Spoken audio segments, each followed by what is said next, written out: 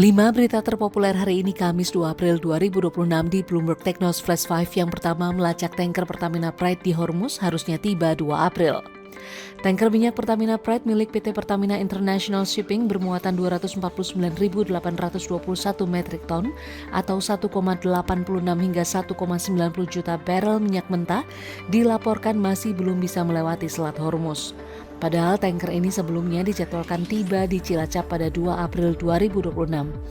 Berdasarkan pelacakan Vessel Finder dan Bloomberg, posisi kapal hingga Rabu 1 April 2026 masih berlabuh di perairan Arab Saudi dekat pelabuhan Ras Tanura.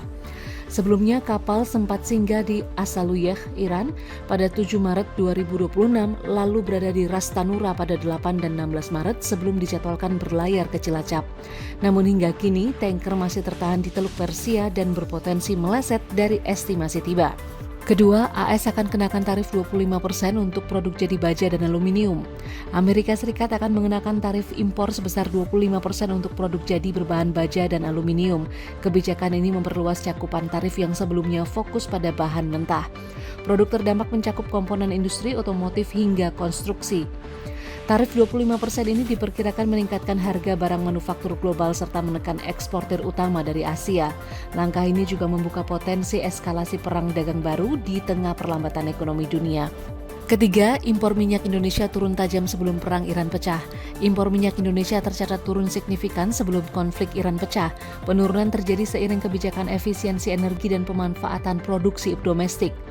Data BPS menyebut impor minyak mentah drop hingga 76,53% secara bulanan menjadi 282,4 juta dolar Amerika Serikat pada Februari 2026 dibandingkan dengan bulan sebelumnya senilai 1.203 miliar dolar Amerika Serikat.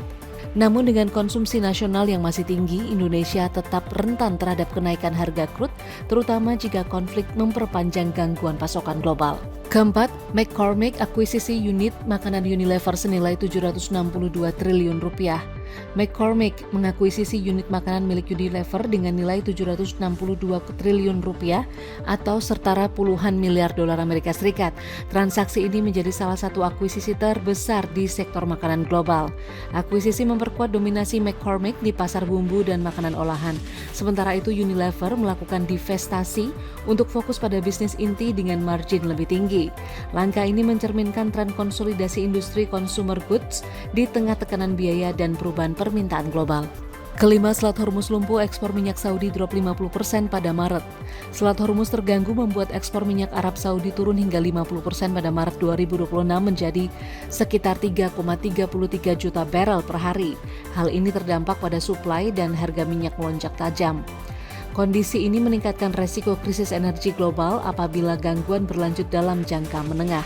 Arab Saudi kemudian menggunakan jalur pipa timur barat dan sejumlah kapal supertanker berkumpul di Laut Merah melalui Yanbu untuk mengangkut minyak sebagian besar ke pelanggan di Asia.